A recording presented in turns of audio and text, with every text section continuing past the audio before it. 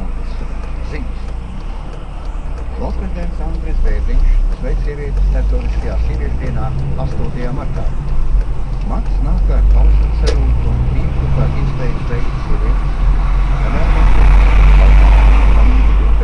atbalstu, sapratni vai vienkārši jauku smaidu ikdienā. Lai katrs vārds un katrs zieds, kas 8. martā nāk no sirds, patiesi iepriecina sievietes un kaut uz mirkli liek iejusties īpaši tā, kā var justies vienīgi svētku reizē. Savā apsveikumā norāda valsts prezidents. Izglītības un zinātnes ministrs Roberts Ķīvis rīt pēc atgriešanās darbā parakstīs izteikumu par materiālu nodrošinājumu ģenerāla prokuratūrai par vairāku CIA Deloitte audits konstatēto faktu pārbaudi. Kā šodien Latvijas radio raidījumā, kurā stāstīja Ķīvis, tad viens no tiem ir par to, vai augstākās izglītības padomes priekšsēdētājs Jānis Vētra ir pārkāpis savas amatpersonas pilnvaras, noslēdzot darba līgumus ar ekspertiem, pirms padomes lēmumu personu apstiprināt par ekspertu, kā to paredzot nolikums. Turpinām ziņas.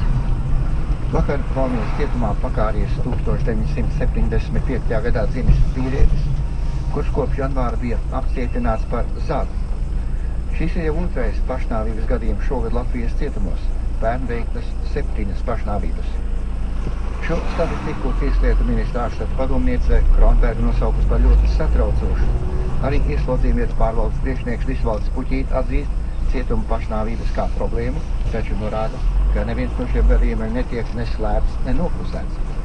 Ja ieslodzītajiem vai apcietinātajiem cietuma darbinieki konstatē pašnāvnieciskas tieksmes, viņi tiekot daudz vairāk uzraudzīti, ar viņiem strādā psihologs. Šajā gadījumā nekāda aizdomuma nav.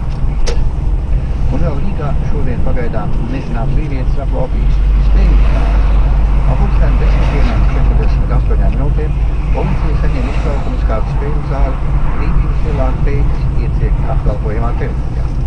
Notikuma vietā policija noskaidroja, ka izklaides vietā bija ienācis kāds vīrietis maskā un kapucē un piedraudot darbiniekam ar nāzi novaldījis naudu.